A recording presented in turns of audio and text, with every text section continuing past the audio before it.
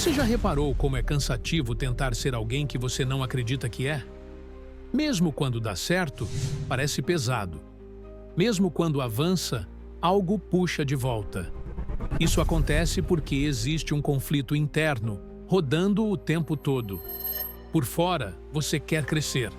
Por dentro, você quer permanecer previsível. O cérebro ama coerência, não felicidade. Ele prefere manter uma história conhecida do que arriscar uma nova identidade. Por isso, tanta gente cria metas, cursos, planos e abandona tudo no meio do caminho, sem entender por quê. Não é sabotagem consciente, é autoproteção disfarçada. Enquanto suas ações não combinarem com a forma como você se vê, qualquer mudança vai exigir um esforço brutal e não vai durar.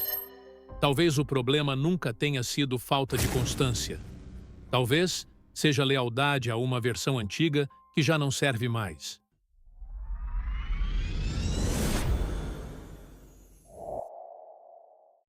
Antes de ouvir isso, vale um aviso importante. Tony Robbins não está falando de falta de disciplina, nem de gente fraca ou desmotivada. Ele está falando de algo muito mais comum e muito mais invisível. A maioria das pessoas até tenta mudar, cria metas, começa projetos, mas carrega por dentro uma identidade que puxa tudo de volta. E enquanto essa identidade não é questionada, o esforço vira peso. Ao longo de décadas lidando com o comportamento humano, Tony percebeu um padrão claro. Não é o que você quer que define seu futuro, é quem você acredita que é. Quando existe um conflito interno, o cérebro escolhe a coerência, não a felicidade. E isso explica por que tanta gente abandona o caminho, mesmo sabendo exatamente o que deveria fazer. Escuta o que vem agora com atenção, porque isso não fala sobre teoria. Fala sobre o ponto exato onde a maioria trava, sem perceber. As múltiplas identidades que vivem em você e quem está no controle. A maioria das pessoas passa a vida inteira tentando fingir que é uma coisa só. A sociedade reforça isso o tempo todo, porque é mais simples rotular, entender e controlar alguém quando ela cabe em uma única definição. Mas a verdade é que nenhum ser humano funciona assim. Dentro de você existem várias partes, várias vozes, várias identidades, e ignorar isso não traz clareza, traz conflito interno. Todos nós temos lados, diferentes que aparecem em contextos diferentes. Existe o lado racional, analítico, que pensa demais, mede riscos, calcula consequências e tenta prever tudo. E existe o lado vivo, energético, presente, emocionalmente conectado, que sente, age, cria e se expande. O problema não é ter essas partes. O problema é quando você deixa a parte errada assumir o controle no momento errado. Quando você observa alguém de perto, percebe essas mudanças quase instantâneas. Um simples ajuste de postura, um sorriso, um olhar diferente, e a energia muda completamente. Não é outra pessoa, é outra identidade assumindo o comando. E isso acontece com você o tempo todo, mesmo que você nunca tenha parado para perceber conscientemente. A questão central não é eliminar nenhuma dessas partes, mas escolher qual delas vai liderar sua vida, seus relacionamentos e seus negócios. Porque cada identidade produz resultados diferentes. Se você coloca no comando apenas a parte que analisa demais, compara tudo e reduz a experiência lógica, você até pode ter sucesso, mas provavelmente vai se sentir vazio, entediado e desconectado. Isso fica muito claro nos relacionamentos. No início de uma relação, as pessoas aparecem com o melhor de si. Elas não estão negociando, não estão medindo quem faz mais ou menos, não estão esperando retorno. Existe entrega, presença e generosidade emocional. A alegria do outro vira a sua alegria. Esse estado não é ingenuidade, é uma identidade escolhida. Com o tempo, muitas pessoas trocam essa identidade por outra. Entra em cena o lado que contabiliza, que compara esforço, que transforma a relação em uma transação. E ninguém quer viver dentro de uma transação emocional. Relações profundas não funcionam como uma planilha. Elas funcionam como um esporte coletivo, onde às vezes você lidera, às vezes você apoia, e isso muda ao longo da jornada. O mesmo princípio vale para negócios e liderança. Existe uma parte sua que quer agradar todo mundo, que evita conflito, que não quer machucar ninguém. Se essa parte assume o controle do seu negócio, o resultado não é compaixão, é fracasso. Porque, ao tentar proteger quem não performa, você prejudica quem realmente entrega, prejudica seus clientes e destrói a cultura que sustenta o crescimento. Cada identidade tem um propósito legítimo, mas não pode governar todos os contextos. Liderar exige consciência, exige perguntar, de forma honesta, quem precisa estar no comando agora? Qual parte minha serve melhor esse momento específico? Esse nível de escolha muda completamente a forma como você vive e decide. Existe uma armadilha comum: acreditar que sucesso financeiro ou reconhecimento externo vão automaticamente trazer significado. Não trazem. A mente é uma máquina de reduzir experiências. Ela compara, normaliza e transforma conquistas extraordinárias em algo comum. O coração faz o oposto. Ele amplia. Ele dá peso às pequenas coisas. Ele cria significado onde a mente só vê dados. É por isso que muitas pessoas extremamente bem-sucedidas entram em crise. Elas conquistam tudo o que disseram que queriam, mas percebem que algo essencial ficou de fora. Não falta capacidade, não falta disciplina, falta conexão emocional com a própria vida. Falta escolher, conscientemente, uma identidade que valorize o sentir, não apenas o conquistar. A identidade que você escolhe é a força mais poderosa da psicologia humana. Nós fazemos tudo para permanecer consistentes com a forma como nos enxergamos. Se você acredita que sempre encontra um caminho, você encontra. Se acredita que a vida controla você, você reage. Os eventos são os mesmos. O significado que você dá é que muda tudo. Muitas pessoas continuam vivendo a partir de uma identidade antiga, criada anos atrás, em outro contexto, com outros recursos emocionais. Elas dizem, eu não sou assim, como se isso fosse um fato imutável. Mas identidade não é um objeto fixo. É um sistema vivo, que precisa ser expandido, atualizado e conscientemente escolhido. O problema é que, sem perceber, você entra em um transe, um padrão repetitivo de pensamentos, emoções e comportamentos que se auto-reforçam. Você repete histórias internas tantas vezes que passa a acreditar nelas. E aquilo que você repete vira verdade psicológica, mesmo que nunca tenha sido verdade de fato. Transcender esse transe não exige força bruta, exige consciência, exige escolher uma identidade mais ampla, mais viva, mais alinhada com quem você pode ser agora, não com quem você foi. Quando a identidade muda, o comportamento muda. E quando o comportamento muda, os resultados seguem naturalmente. Essa é a base de toda transformação real. Antes de mudar estratégias, rotinas ou metas, você precisa decidir quem está no comando dentro de você. Porque a vida sempre responde à identidade que você escolhe sustentar.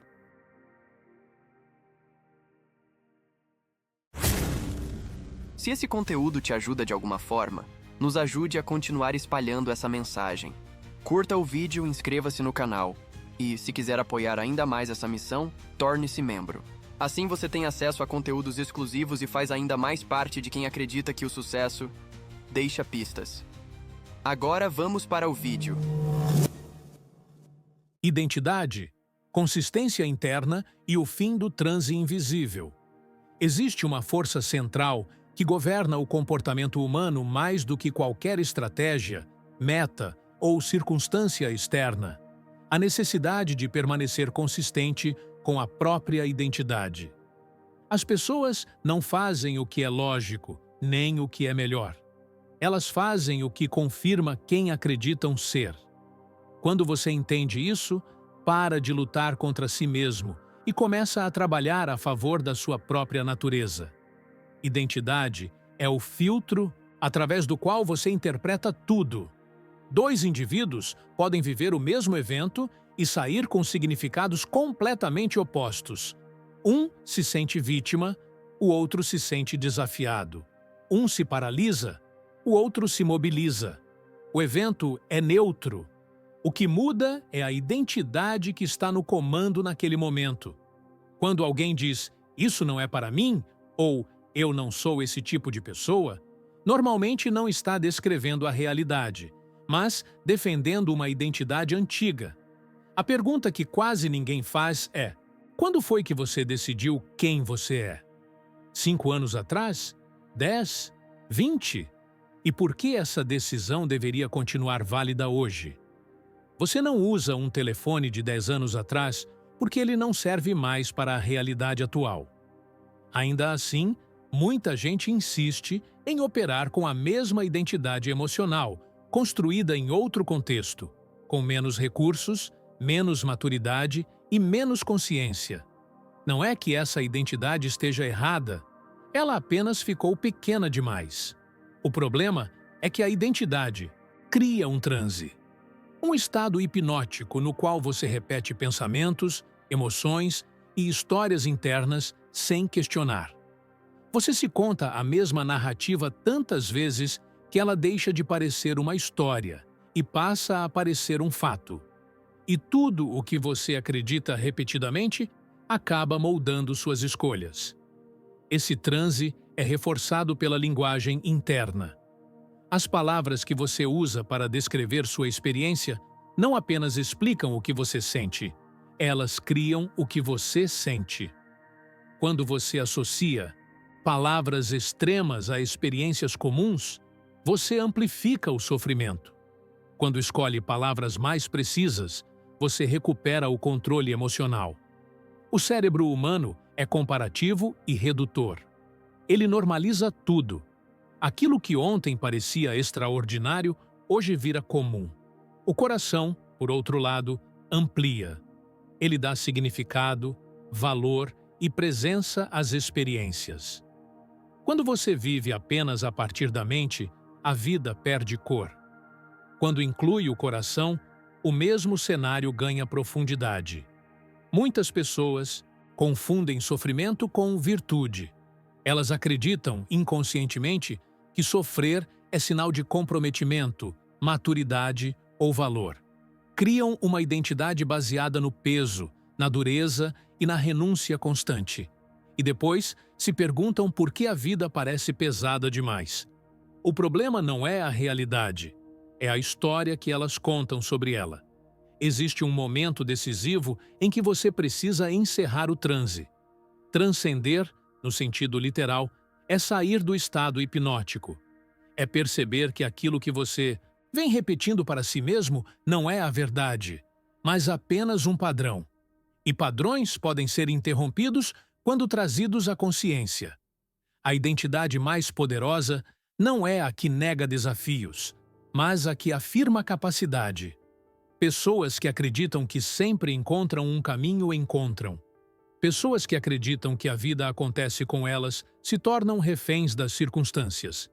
A diferença não está no talento, mas na interpretação interna constante.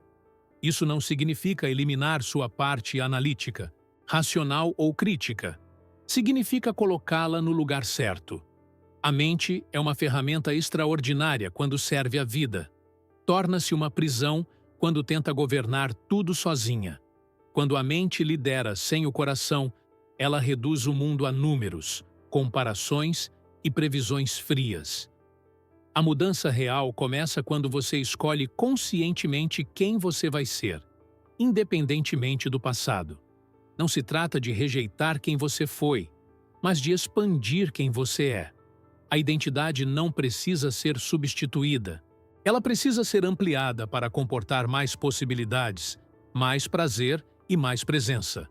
Cada vez que você escolhe uma identidade mais viva, você altera seu estado emocional. E estado emocional altera percepção, decisões e ações. Não é força de vontade, é alinhamento interno.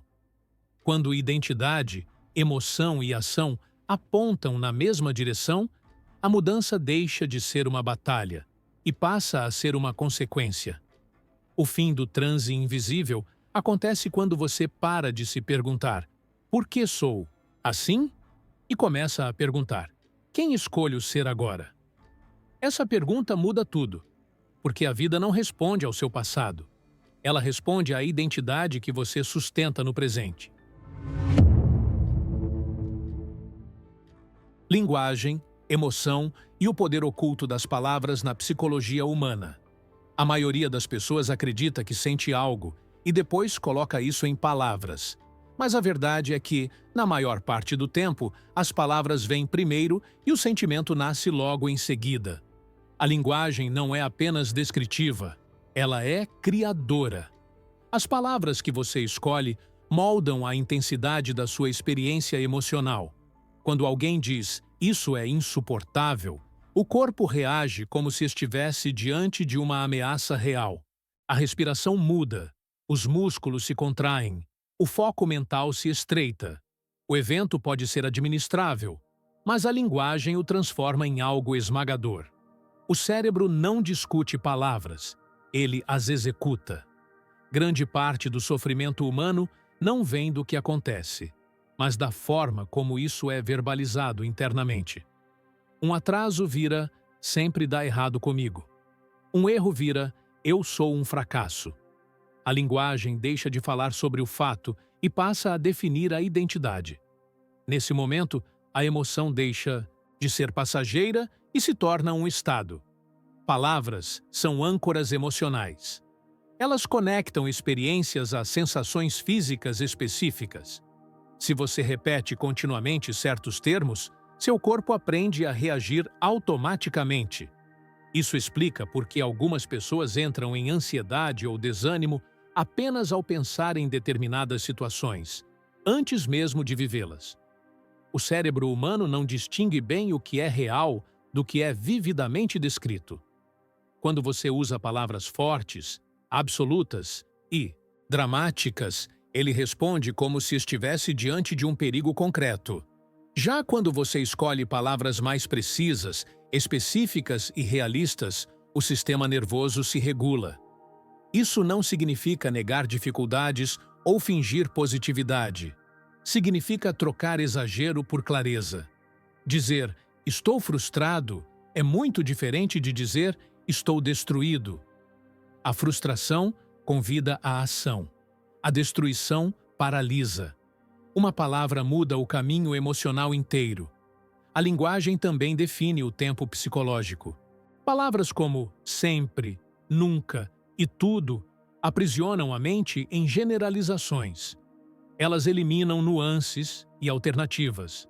Quando você remove esses termos, o problema deixa de parecer eterno e passa a ser circunstancial. E o corpo responde com mais recursos. Existe uma relação direta entre vocabulário emocional e inteligência emocional. Pessoas que têm poucas palavras para descrever o que sentem vivem emoções confusas e intensas. Pessoas que ampliam esse vocabulário ganham precisão, e precisão reduz sofrimento. Nomear corretamente é o primeiro passo para regular. A linguagem que você usa com os outros também treina a linguagem que você usa consigo mesmo. Se você fala constantemente em tom de crítica, julgamento ou ironia, esse padrão volta para dentro. A voz interna aprende observando a voz externa. O diálogo interno é treinável. O mesmo vale para perguntas. Perguntas fecham ou abrem estados emocionais. Por que isso sempre acontece comigo? Leva a respostas limitantes. O que isso está tentando me ensinar? Gera curiosidade e aprendizado. A qualidade da pergunta determina a qualidade do estado emocional. Quando você muda a linguagem, muda o foco. E quando muda o foco, muda o significado. O significado é o verdadeiro gatilho da emoção. Não é o evento que causa sofrimento, é o significado que você atribui a ele. A linguagem é o instrumento que cria esse significado. As pessoas mais resilientes não são as que não sofrem, mas as que interpretam melhor. Elas escolhem palavras que preservam energia, clareza e dignidade mesmo em momentos difíceis. Não é negação da dor, é a administração inteligente dela. Ao longo do tempo, a linguagem se transforma em destino. As palavras repetidas viram crenças. As crenças viram expectativas. As expectativas guiam decisões. E as decisões constroem resultados. Mudar palavras parece pequeno, mas altera toda a cadeia interna. Quando você assume o controle consciente da sua linguagem, você deixa de ser refém das emoções automáticas. Você não elimina sentimentos, mas passa a conduzi-los. E nesse ponto, a linguagem deixa de ser apenas comunicação e se torna uma ferramenta real de transformação psicológica.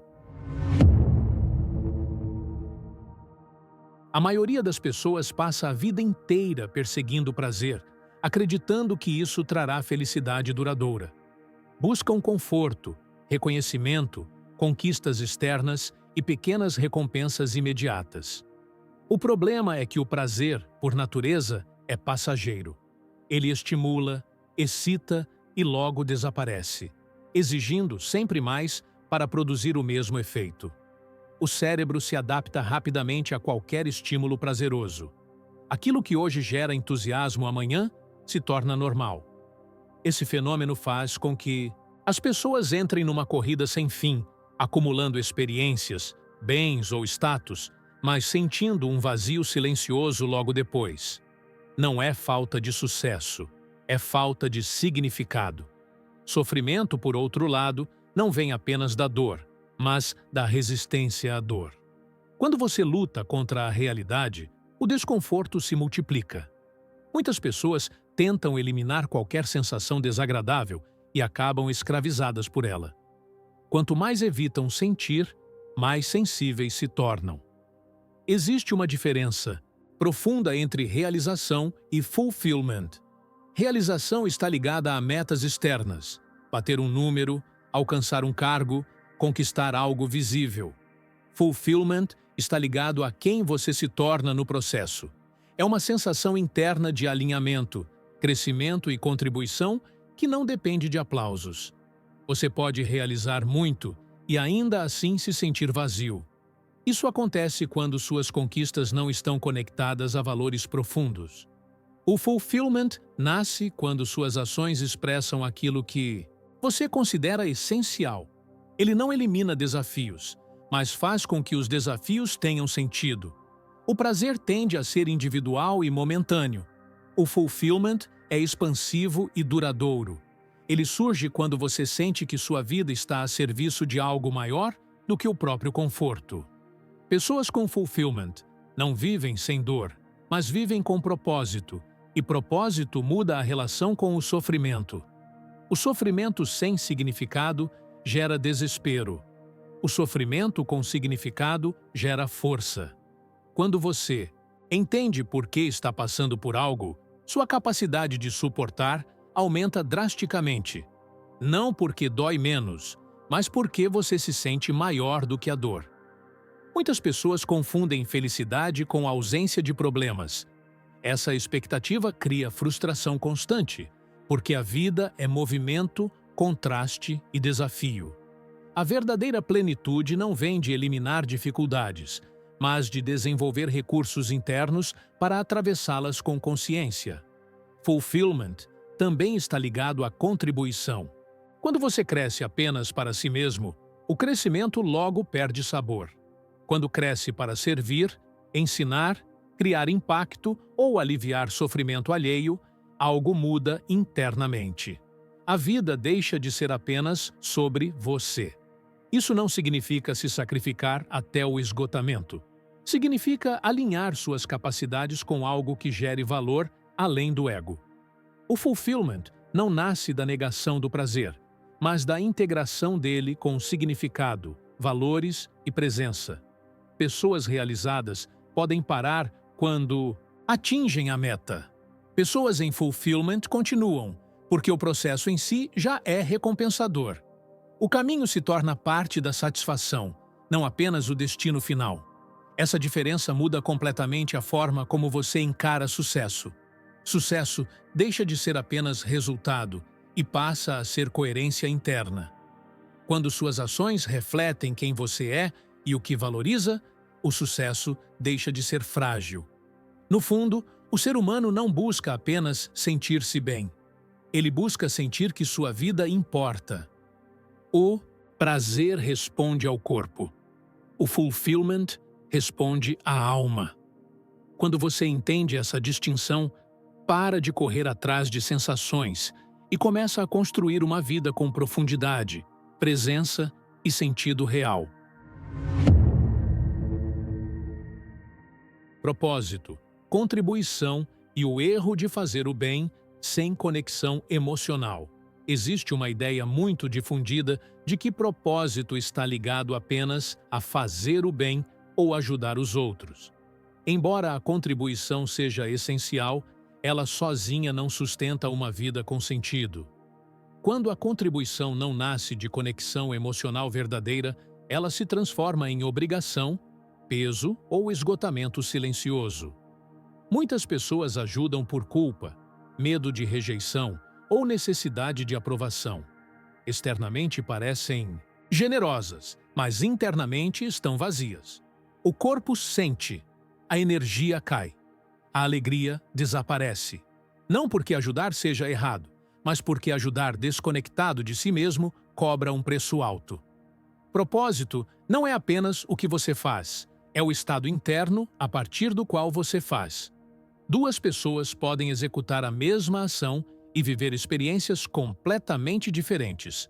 Uma se sente viva, expandida e grata. A outra se sente drenada, invisível e usada. A diferença está na conexão emocional com aquilo que fazem. Quando você age alinhado com seus valores, sua energia se renova no processo. Quando age contra eles, mesmo a melhor causa se torna um fardo. O erro comum é acreditar que propósito exige sacrifício constante. Na verdade, propósito exige verdade interna. Existe uma distorção perigosa na ideia de servir. A crença de que você precisa se anular para ser valioso. Isso cria identidades baseadas em exaustão, onde a pessoa só se sente digna quando está cansada. Com o tempo, isso gera ressentimento, mesmo em quem parece mais altruísta. A contribuição mais poderosa não vem da carência, mas da abundância interna. Quando você se sente inteiro, sua ajuda é limpa, clara e sustentável. Quando você se sente vazio, sua ajuda carrega expectativa, necessidade de reconhecimento ou medo de desapontar.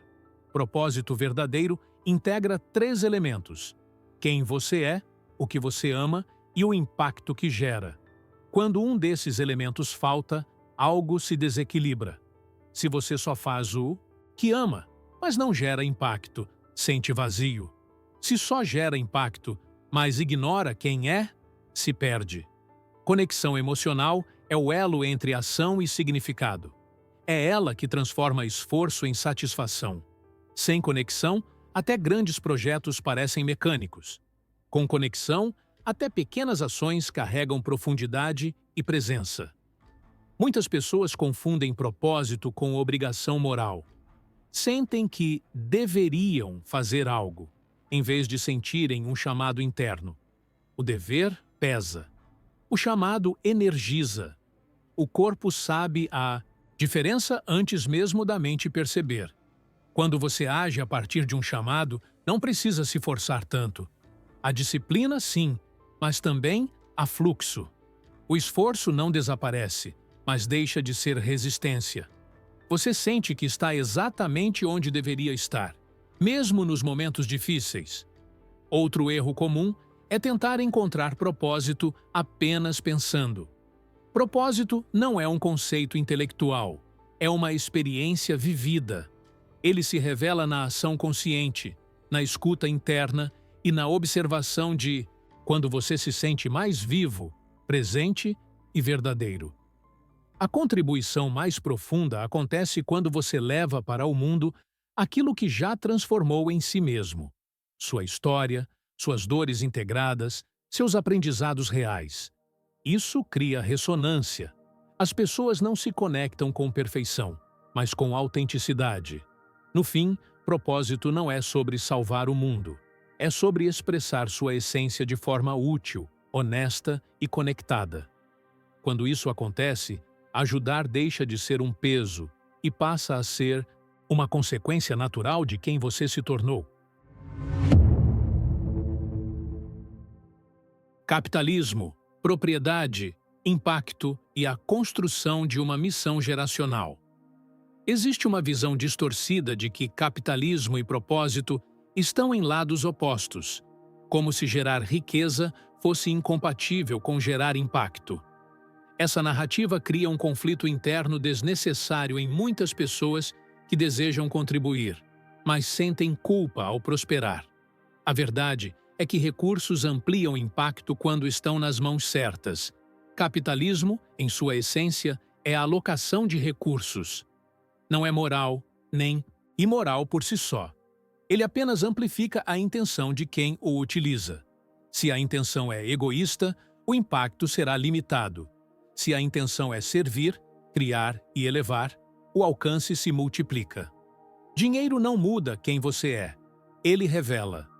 Propriedade é liberdade em forma concreta. Quando você não possui ativos, tempo ou autonomia, sua capacidade de escolha diminui. Muitas pessoas romantizam a escassez sem perceber que ela restringe exatamente aquilo que dizem valorizar. Contribuição, presença, familiar e impacto social duradouro. Ter propriedade não é apenas possuir coisas, é possuir opções. Opções de onde investir energia, quais causas apoiar, como criar estruturas que sobrevivam à sua presença física. Sem propriedade, o impacto costuma ser momentâneo. Com propriedade, ele se torna sistêmico. Missões verdadeiras não se sustentam apenas com boas intenções. Elas precisam de modelos econômicos sólidos. Ideias sem estrutura morrem com facilidade. Quando você integra propósito e estratégia, cria algo que pode atravessar décadas, não apenas momentos de inspiração. Existe uma diferença profunda entre ajudar pontualmente e construir sistemas que ajudam continuamente. A caridade alivia sintomas. Sistemas bem construídos transformam causas. Isso exige visão de longo prazo, disciplina financeira e responsabilidade emocional com o poder que se adquire. Muitas pessoas rejeitam o sucesso financeiro porque associam riqueza à perda de valores. O que elas não percebem é que valores não se perdem com dinheiro, se perdem com inconsciência. Quando você sabe quem é e o que defende, mais recursos apenas ampliam sua capacidade de viver isso. Uma missão geracional nasce quando você para de pensar apenas na sua vida e começa a pensar no legado. O que continuará existindo quando você não estiver mais aqui? Que estruturas, valores e oportunidades você ajudou a criar para pessoas que talvez nunca conheça?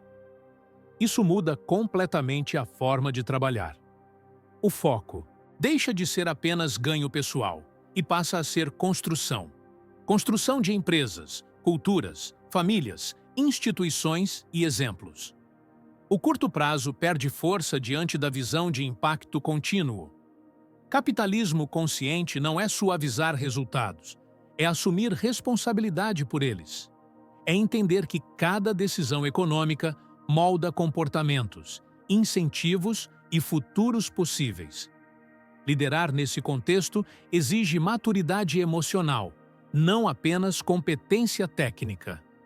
Quando propósito, capital e consciência se alinham, o trabalho deixa de ser apenas sobrevivência. Ele se torna uma extensão da sua missão de vida. O esforço ganha dignidade. O lucro ganha direção. E o impacto deixa de ser acidental. Uma missão geracional não nasce do desejo de ser lembrado, mas do compromisso de servir a algo maior do que o próprio ego. Pessoas passam, estruturas ficam, valores atravessam gerações quando são incorporados em sistemas vivos. No fim, não se trata de escolher entre sucesso e significado. Trata-se de integrá-los. Quando você entende que prosperar pode ser um ato de responsabilidade, você deixa de se esconder do seu potencial e começa a usá-lo para construir algo que realmente importa.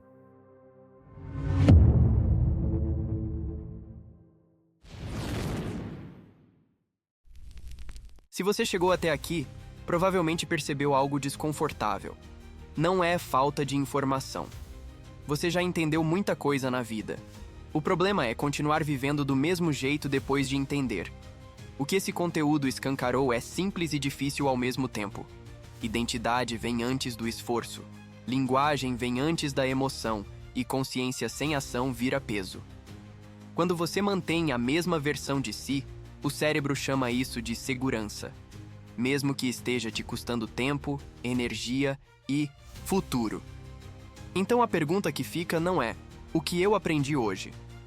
É: o que eu vou parar de repetir automaticamente a partir de agora? Mudança real começa pequeno, mas começa decidido. Um compromisso simples, concreto, que você honra quando ninguém está olhando. Se isso tocou você, existe um próximo passo. Não é consumir mais vídeo, é caminhar junto. Na nossa comunidade, as pessoas aprofundam essas ideias, trocam experiências reais e colocam em prática. O link está na descrição e no comentário fixado. E para marcar esse momento, escreve nos comentários: eu escolho agir diferente. Não é para mim, é para você lembrar do compromisso que assumiu aqui. Se esse conteúdo fez sentido, curte, se inscreve e acompanha os próximos vídeos. Não por hábito de YouTube, mas porque transformação acontece em continuidade, não em picos de inspiração.